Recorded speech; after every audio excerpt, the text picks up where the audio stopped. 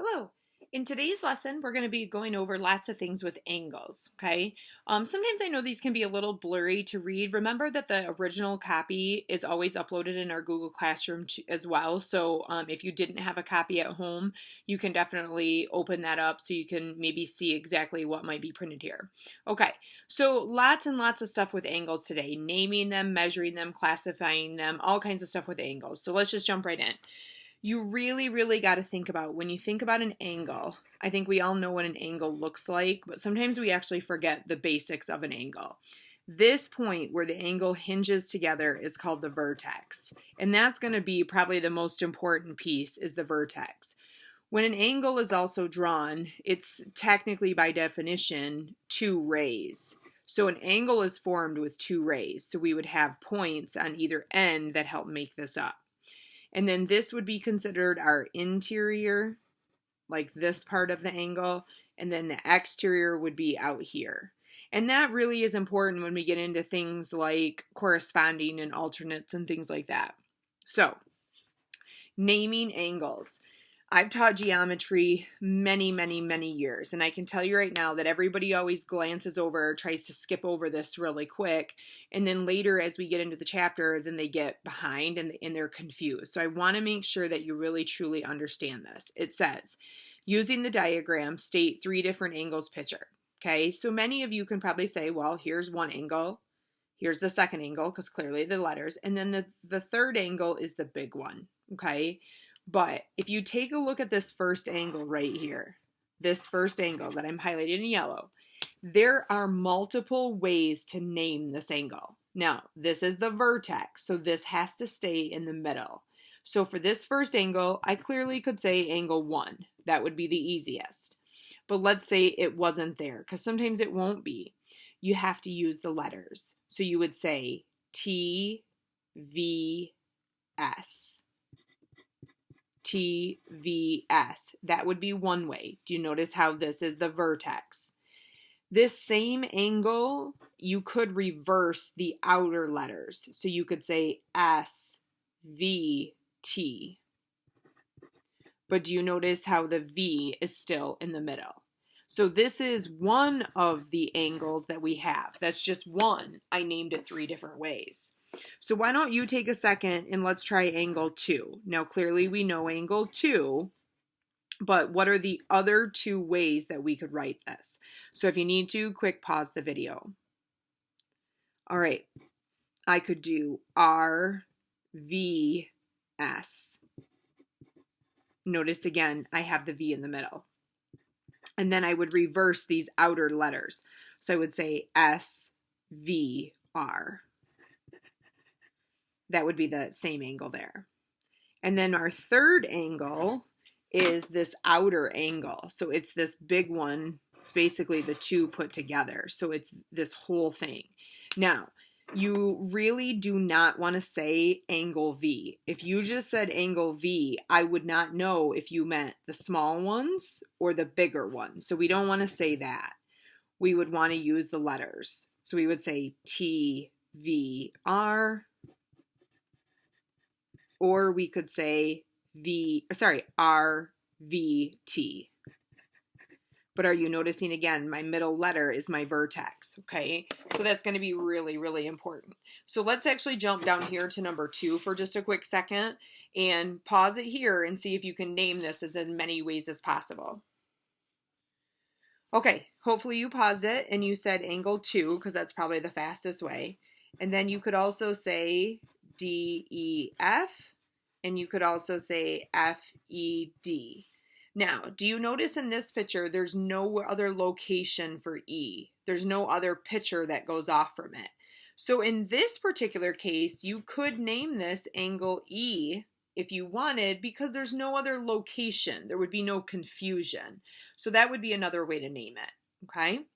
Now, up here, they're just asking you for the different types of angles. So once again, if we were in class, I would ask you like, hey, what are the different angles that you know? And so hopefully you would tell me acute, right, obtuse. And then the last one, a lot of people always you don't really think about because it kind of sounds weird, but it's called a straight angle. So we'll talk about that one in just a second. Okay. All right. So acute. So acute is between 0 degrees and 90. Now you cannot be 0 and you cannot be 90. So it's between them. So I'm just going to, again, draw you a rough sketch, like 60 degrees or something like that. That would be acute. Right is when you're exactly 90. So, and again, it doesn't have to necessarily be to the right. I could go like this if I wanted. It just has to form a 90-degree angle, and we oftentimes put that little box in there.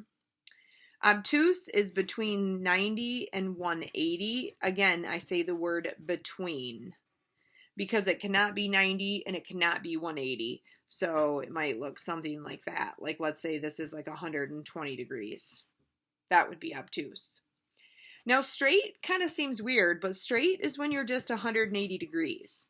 So again, I mean, just think about a straight line. Now, if you were an angle, you would have to have some points on here to be able to, I guess name it. So I guess even on an obtuse, we'd at least have to have like at least one letter to be able to name it.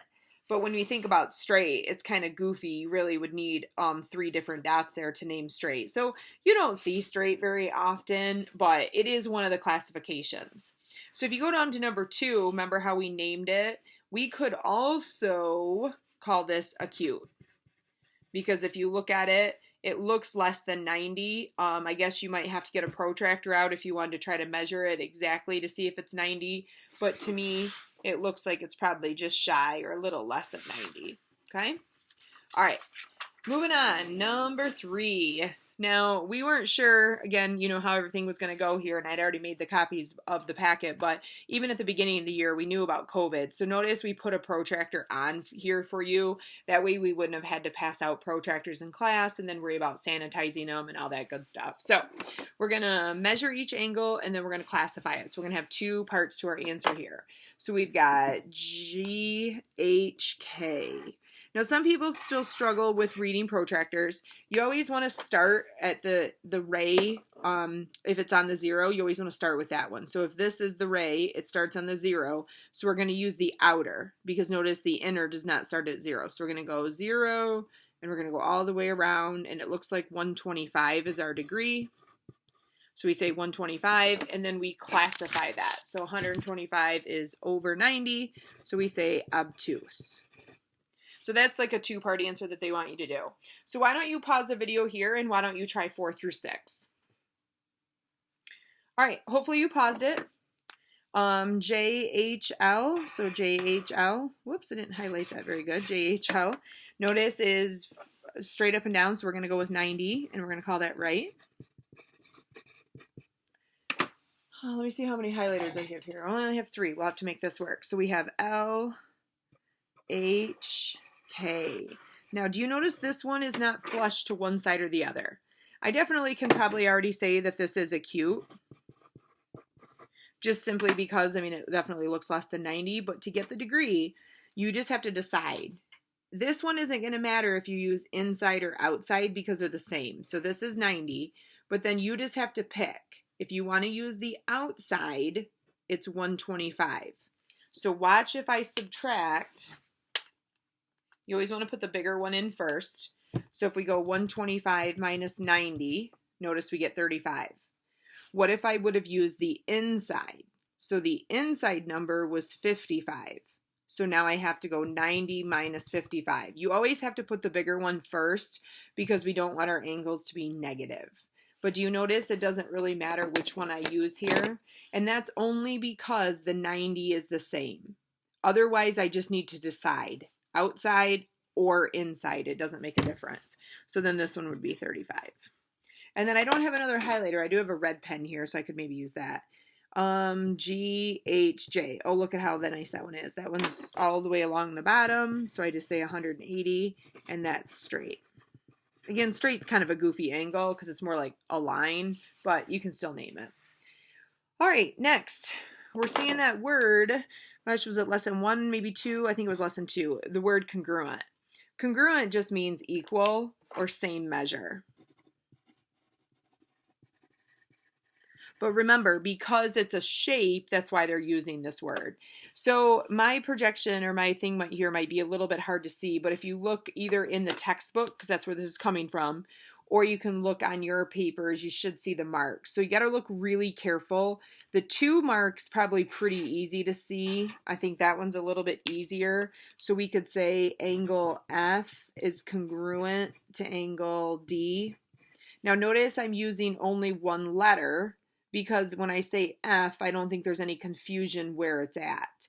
But like if I were to go down to this picture and I were to say angle L, you wouldn't know if I mean the top, the bottom, or the whole thing. So it just depends sometimes on how complicated your picture is to how you're going to have to name that. Now, if you look really, really closely, you'll see that there's a mark at G and there's a mark at B. Again, it's a little bit hard to detect, but if you look at the online book, you can see it a little bit better. So they also want you to do G to B, okay?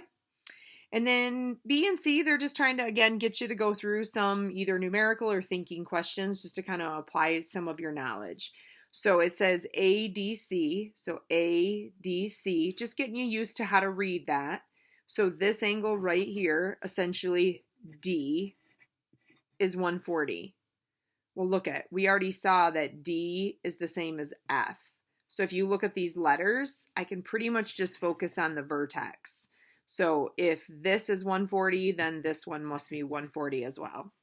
So not much to do, just other than watching your letters. Now it says without measuring is essentially A congruent to E. And then it says explain. So if I look at A and I look at E, I don't love to make assumptions because in math we want to be precise, but basically I would say no, they're not probably equal, and this really should be congruent because remember, Google Docs doesn't love those symbols. No, because to me, angle A is acute or right. It's hard to tell, obviously, based on, if it's perfect or not, perfectly, vertical up. But take a look at E. E, I mean, if we look at this, if you were to go straight up, E is obtuse. Now, I don't know how far over 90 it is. It might not be that much over 90, but it's clearly over 90. So I'm going to say no, just based on my observation from the picture. Okay? All right, number 8. Again, moving kind of quickly here just to try to get through the video so that it's not super long, but you can always pause, rewind, go back as many times as you need to. All right, number 8, explore how to find the measure of BLA. So they want this outer angle here from like here all the way around. So hopefully you're thinking to yourself, well, I would just add these 2 numbers together. So if you add the numbers together, 105 plus 63, I would get 168. You're like, hey, there's not that much to explore. I just simply would add them together. Keep that in mind because you have the angle addition postulate. We had segment addition postulate, I believe, in lesson either 1-2 or 1-3. Sometimes they all blend together. But we had segment addition. Now, angle addition is doing the same thing, only this time you're just taking angles and you're adding them together. Now, I'm not going to give you the book definition here. I'm just going to give you my own definition. So let's say I had a 40-degree angle.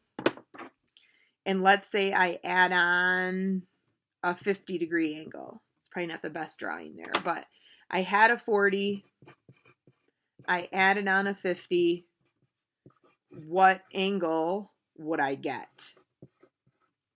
So angle addition is, again, just saying that you're going to add smaller angles together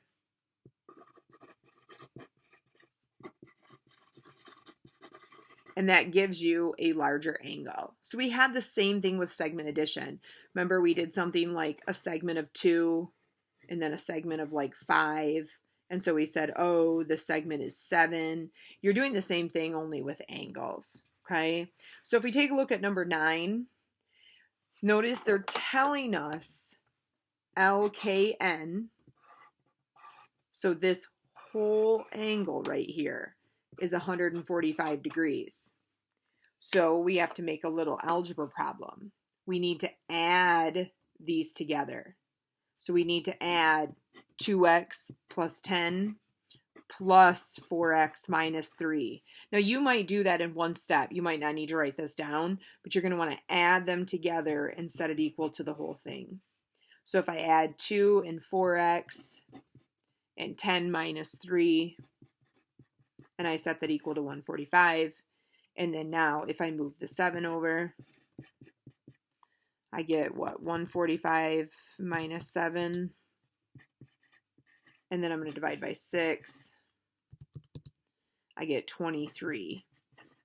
Now just be careful because that's not what it's asking me.